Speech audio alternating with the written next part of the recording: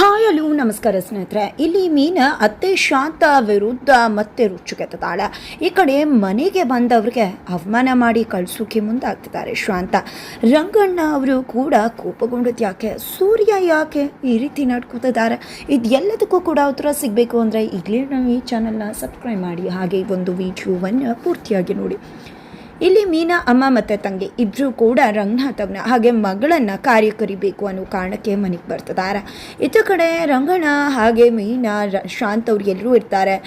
ಬರ್ತಿದ್ದಾಗೆ ಈ ಕಡೆ ಶಾಂತ ಅವರು ಕಿರಿಕ್ ತೆಗಿತಿದ್ದಾರೆ. ಈ ಕಡೆ ಮೀನಾ ಕಾಫಿ ಮಾಡ್ಕೊಂಡು ಬರ್ತೀನಿ, ಹಾಲು ತೊಗೊಂಡು ಬರ್ತೀನಿ ಅಂತಿದ್ದಾರೆ. ರಂಗಣ್ಣ ಅವ್ರು ಕೂಡ ಹಾಲು ಕೊಡಮ್ಮ ಅಂತ ಹೇಳ್ತಾರೆ. ಈ ಕಡೆ 3 ಹೊತ್ತಿಗೂ ಆಗಬೇಕು, ನೋಡ್ಬಿಟ್ಟು ಹಾಲು ಕೊಡು ಅಂತ ಹೇಳ್ತಾರೆ ಶಾಂತ ಅವರು. ತದನಂತರ ಇಲ್ಲಿ ಮೀನಾ ಅಮ್ಮ ಇಲ್ಲ, ನಾನು ಇವತ್ತು ಯಾವುದನ್ನು ಕೂಡ ಹಾಲು ಬೆರೆಸಿರೋದನ್ನು ಕುಡಿಯೋದಿಲ್ಲ ಅಂದಾಗ ಯಾಕಮ್ಮ ಏನಾಯಿತು ಅಂತ ರಂಗಣ್ಣವರು ಕೇಳ್ತಾರೆ. ಅದು ಏನೂ ಇಲ್ಲ ಅಣ್ಣ, ಇವತ್ತು ಅವ್ರು ತೀರ್ಕೊಂಡು 1 ವರ್ಷ ಆಯಿತು ಅಂತದಾಗೆ ಈ ಕಡೆ ಮೀನಾ ಮತ್ತು ರಂಗನ ಇಬ್ಬರೂ ಕೂಡ ಎಮೋಷ್ನಲ್ ಆಗ್ತಾರೆ. ಈ ಕಡೆ ಶಾಂತ ಅವ್ರಂತೂ ಏನು ರೀ, ನೀವು ಯಾಕೆ ಆಘಾತ ಪಡ್ತಿದ್ದೀರಾ, ನಿಮ್ಗೆ ಹುಷಾರಿಲ್ಲ, ಆಮೇಲೆ ಶಾಕ್ ಆಗಬಾರ್ದು ನಿಮಗೆ, ಈ ರೀತಿ ಆಘಾತ ಪಟ್ಟರೆ ಹೇಗೆ, 1 ವರ್ಷದಲ್ಲಿ ಹೋಗಿರೋ ಬಲ್ಗೆ ಇವಾಗ ಯಾಕ್ರಿ ಕಣ್ಣೀರು ಹಾಕಿ ಶಾಕ್ ಆಗ್ತಿದ್ದೀರಾ ಅಂತ ತುಂಬ ಕೀಳಾಗೆ ಮಾತಾಡ್ತಾರೆ. ಈ ಒಂದು ಮಾತಿನಿಂದ ಮೀನಾಗೆ ತುಂಬಾ ಸಿಟ್ಟು ಬಂದುಬಿಡುತ್ತೆ. ಅತಿ ಅಂತ ಹೇಳಿ ರುಚಿಗೆದ್ರೆ ಯಾವಾಗಲೂ ಕೂಡ ಜೋರಾಗಿ ಕಿಚ್ಕೊಂಡ್ಬಿಡೋದು ಅಷ್ಟೇ ಅಲ್ವಾ. ಹೌದ್ರಿ, ನೀವು ಯಾಕೆ ನಮ್ಮ ಮನೆಗೆ ಬರೋಕ್ಕೆ ಹೋದ್ರಿ, ಏನಾದರೂ ಒಂದು ನೆಪ ಇಟ್ಕೊಂಡು ಬರೋದು, ಆ ಯಪ್ಪ ಸತ್ತಿದ್ದು ಎಲ್ಲೆಲ್ಲೋ ಸತ್ತ ಹೋಗ್ಬಿಟ್ಟು ನಮ್ಮ ಟ್ರೈನ್ ಕೆಳಗಡೆನೇ ಸಾಯ್ಬೇಕಾ, ಅವತ್ತು ಸತ್ತಿದ್ದಕ್ಕೆ ನಾವು ಲೈಫ್ ಲಾಂಗ್ ಅನ್ಭವಿಸ್ಬೇಕು, ಇವಳು ಬಂದು ನಮ್ಮ ಮನೆ ಹೊಕ್ಕಿಸ್ಕೊಂಡಿದ್ದಾಳೆ ಹಾಗೆ ಹೀಗೆ ಅಂತ ಮಾತಾಡ್ತಿದ್ದಾರೆ. ಜೊತೆಗೆ ಯಾಕೆ ರೀತಿ ಮಾತಾಡ್ತಿದ್ಯಾ, ಮೀನಾ ಅಂತ ಹೆಣ್ಮಗಳನ್ನ ಕೊಟ್ಟಂತಹ ದೊಡ್ಡ ಮನೆಯವರು ಇವರು ಅಂತ ರಂಗನಾಥ್ ಅವರು ಹೇಳಿದ್ದಕ್ಕೆ ಹೌದು ಅವ್ರ ಮನೇಲಿ ಉಸಿರಾಡಿದ್ರೆ ಗಾಳಿ ಹೋಗೋಕೆ ಉಸಿರಿಲ್ಲ, ಅವರು ದೊಡ್ಡ ಮನೆಯವರು ಅಂತ ಮೀನವರು ಕೀಳಾಗಿ ಮಾತನಾಡ್ತಿದ್ದಾರೆ. ತದನಂತರ ಅಣ್ಣ ನಾವು ಬಂದಿದ್ದು ಕಾರ್ಯಕ್ಕೆ ನೀವು ಮತ್ತು ಮೀನಾ ಬನ್ನಿ ಅಂತ ಕರೆಯೋದಕ್ಕೆ ಅಂದಾಗ ಅವ್ರು ಯಾಕೆ ಬರ್ತಾರೆ, ಅವರಂತೂ ಬರೋದಿಲ್ಲ, ನಿಮ್ಮ ಮಗಳನ್ನ ಬೇಕಾದ್ರೆ ಕರ್ಕೊಂಡೋಗಿ, ಅವ್ರಿಗೆ ಹುಷಾರಿಲ್ಲ ಅಂತಿದ್ದಾಗ ಈ ಕಡೆ ರಂಗಣ್ಣ ಹೆಂಡತಿ ಮೇಲೆ ರೇಗ್ಬಿಟ್ಟು ಒಳಗಡೆ ಹೋಗು ಅಂದ್ಬಿಡ್ತಾರೆ. ತದನಂತರ ನಾವು ಬರ್ತೀನಿ ಮಾಮ, ನೀವೇನೂ ಕೂಡ ಯೋಚನೆ ಮಾಡಬೇಡಿ ಅಂದಾಗ ಸರಿ ಅಣ್ಣ ಬನ್ನಿ ಅಂದಾಗ ಈ ಕಡೆ ಮೀನಾ ಅದು ಮಾವ ನಿಮಗೆ ಮೊದಲೇ ಹುಷಾರಿಲ್ಲ, ಆಮೇಲೆ ಏನಾದರೂ ಹೆಚ್ಚು ಕಡಿಮೆ ಆದರೆ ಅತ್ತೆ ಸುಮ್ಮನೆ ಬೈತಾರೆ ಅಂದಾಗ ಹೌದಲ್ವಮ್ಮ ಅದು ಸರಿನೇ, ನಿಮ್ಮ ಅಳಿಯ ಮತ್ತು ಮಗಳು ಇಬ್ಬರು ಕೂಡ ಬರ್ತಾರೆ, ಅಳಿಯ ಮಗನ ಸ್ಥಾನದಲ್ಲಿ ನಿಂತು ಎಲ್ಲ ಕಾರ್ಯ ನಡೆಸ್ಕೊಡ್ತಾನೆ ಆಯ್ತಮ್ಮ, ಹೋಗಿ ಬನ್ನಿ ಅಂದಾಗ ಸರಿ ಆಯಿತು ಅಂತ ಇಲ್ಲಿ ಮೀನಾ ಅಮ್ಮ ಮತ್ತು ತಂಗಿ ಹೊರಗಡೆ ಬರ್ತಾರೆ. ಮೀನಾ ಕೂಡ ಅವ್ರ ಜೊತೇಲಿ ಬಂದಿದೆ. ಇನ್ನೀ ಫೋನ್ ಮಾಡಿದರೆ ಆಗ್ತಿತ್ತಲ್ವ, ಯಾಕೆ ಇವ್ರಂತವ್ರ ಮನೆಗೆ ಬರೋಕ್ಕೆ ಹೋಗ್ತೀರಾ ನೀವು ಅಂದಾಗ ನಾನು ರಂಗಣ್ಣನ ಕರಿಬೇಕಾಗಿತ್ತು, ಕರೆದೆ, ನಾನು ಬಂದಿದ್ದ ಕೆಲಸ ಮುಗೀತು, ಬಂದ್ಬಿಡಮ್ಮ ಅಂತಿದ್ದಾಗೆ ಸೂರ್ಯ ಅವ್ರು ಬರ್ತಾರೆ. ಅಳಿಯಂದ್ರೆ ಅಂತ ಮಾತಾಡಿಸ್ತಿದ್ದಾಗೆ ಹಾಗೆ ಸೂರ್ಯ ಸುಮ್ಮನೆ ಸರಿಯಾಗಿ ಮಾತು ಆಡಿಸ್ದೆ ಒಳಗಡೆ ಹೋಗ್ಬಿಡ್ತಾರೆ. ತದನಂತರ ರಂಗಣ್ಣ ನಿಮ್ಮ ಅತ್ತೆ ಸಿಕ್ಕಿದ್ರಾ, ಮಾತಾಡ್ಸಿದ್ಯಾ ಅಂತ ಹೇಳ್ತಾರೆ ಸೂರ್ಯಾಗೆ. ನಂತರ ಸೂರ್ಯ ಅಡುಗೆ ಮನೆಯಲ್ಲಿ ನೀರು ಕುಡಿಯೋಕೆ ಬರ್ತಿದ್ದಾಗೆ ಯಾಕ್ರಿ ಏನಾಯಿತು, ಅಮ್ಮ ಅಷ್ಟು ಮಟ್ಟಿಗೆ ಮಾತಾಡ್ಸಿದ್ರು ಕೂಡ ನೀವು ಸರಿಯಾಗಿ ಮಾತಾಡಲಿಲ್ವಲ್ಲ ಅಂತ ಗಂಡನ್ನ ಚಾರ್ಜ್ ಮಾಡ್ತಾರೆ. ಯಾಕೆ ಈ ಥರ ನಡ್ಕೋತೀರಾ ಅಂತ ಮೀನಾ ಸೂರ್ಯ ಅವ್ರನ್ನ ಕೇಳಿದ್ದಕ್ಕೆ ನಾನು ಮಾತಾಡಿದ್ರೆ ಅಲ್ವಾ ತೊಂದರೆ ಅಂತ ಸೂರ್ಯ ಹೇಳ್ತಾರೆ. ತದನಂತರ ಮೀನಾ ನೀವು ನಡ್ಕೊಂಡಿದ್ದು ಸ್ವಲ್ಪ ಕೂಡ ಸರಿಯಿಲ್ಲ, ನಾಳೆ ಮಗನಾಗಿ ನಿಂತು ಬಂದು ಕಾರ್ಯ ನಡೆಸ್ಕೊಡ್ತೀರಾ ಅಂತ ಅಂದ್ಕೊಂಡಿದ್ದೀನಿ, ಮತ್ತೆ ನೀವು ಅವಮಾನ ಮಾಡ್ತೀರಾ ಅಂತ ಅಂದ್ಕೊಂಡಿಲ್ಲ, ಮತ್ತೆ ಅವಮಾನ ಮಾಡಬೇಡಿ ಅಂತ ಹೇಳಿ ಮೀನಾ ಹೋಗಿಬಿಡ್ತಾಳೆ.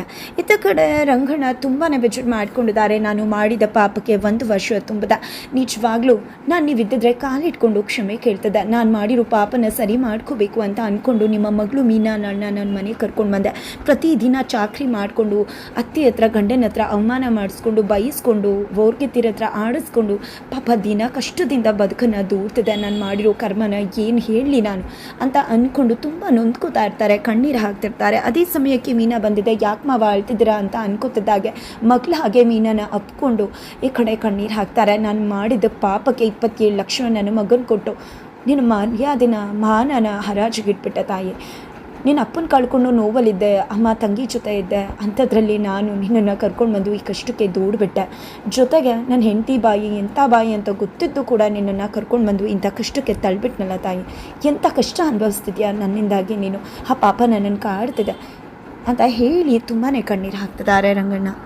ನಿನಗೆ ಯಾವತ್ತೂ ಅನ್ನಿಸ್ಲಿಲ್ವಮ್ಮ 27 ಲಕ್ಷನ ಅವನು ಕೊಡೋ ಬದಲು ನನಗೆ ಕೊಟ್ಟಿದ್ರೆ IAS IPS ಮಾಡಿ ಇವತ್ತು ರೋಹಿಣಿಗಿಂತ ದೊಡ್ಡ ಸ್ಥಾನದಲ್ಲಿ ಇರ್ತದೆ ಅಂತ ಅನ್ಬೇಕು ಅಂತ ಯಾವತ್ತೂ ಕೂಡ ಅನ್ನಿಸ್ಲಿಲ್ವಾ ಅಂತ ರಂಗಣ್ಣವ್ರು ಕೇಳ್ತಿದ್ರೆ, ನನಗೆ ಯಾವತ್ತೂ ಕೂಡ ನನ್ನ ಅಪ್ಪನ ಬಿಟ್ಟು ಬೇರೆ ಏನೂ ಬೇಕು ಅನ್ನಿಸ್ಲಿಲ್ಲ ಮಾವ.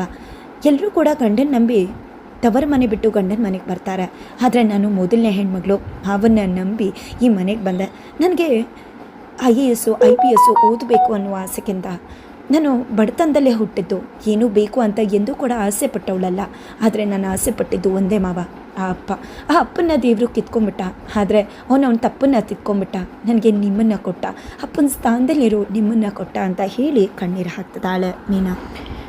ನಂತರ ಈ ಕಡೆ ಮೀನಾ ಆಡೋ ಪ್ರತಿ ಮಾತುಗಳು ಕೂಡ ಅಪ್ಪನ ಸ್ಥಾನನ ನೀವು ತುಂಬಿದ್ರಿ ಅಂತ ಹೇಳ್ತಿದ್ದಾಳೆ. ಇದರಿಂದ ತುಂಬಾ ಎಮೋಷ್ನಲ್ ಆಗ್ತಿದ್ದಾರೆ ರಾಮಣ್ಣ ಅವರು.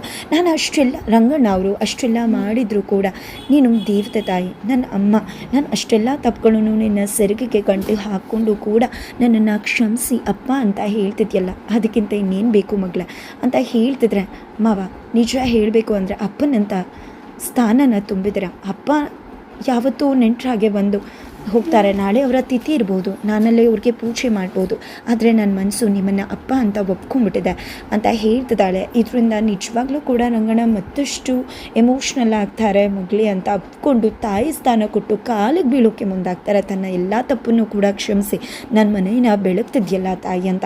ಇದರಿಂದ ಮೀನಾ ಕೂಡ ಎಮೋಷ್ನಲ್ ಆಗ್ತಾರೆ. ನಿಜವಾಗ್ಲೂ ಕೂಡ ಒಂದು ತಂದೆ ಮಗಳ ಸಂಬಂಧನ ತುಂಬಾ ಅಚ್ಚುಕಟ್ಟಾಗಿ ಒಂದು ದೃಶ್ಯ ಕಾವ್ಯದ ರೀತಿಯಲ್ಲಿ ತೋರಿಸಿದ್ದಾರೆ ಅಂತ ಹೇಳ್ಬೋದು.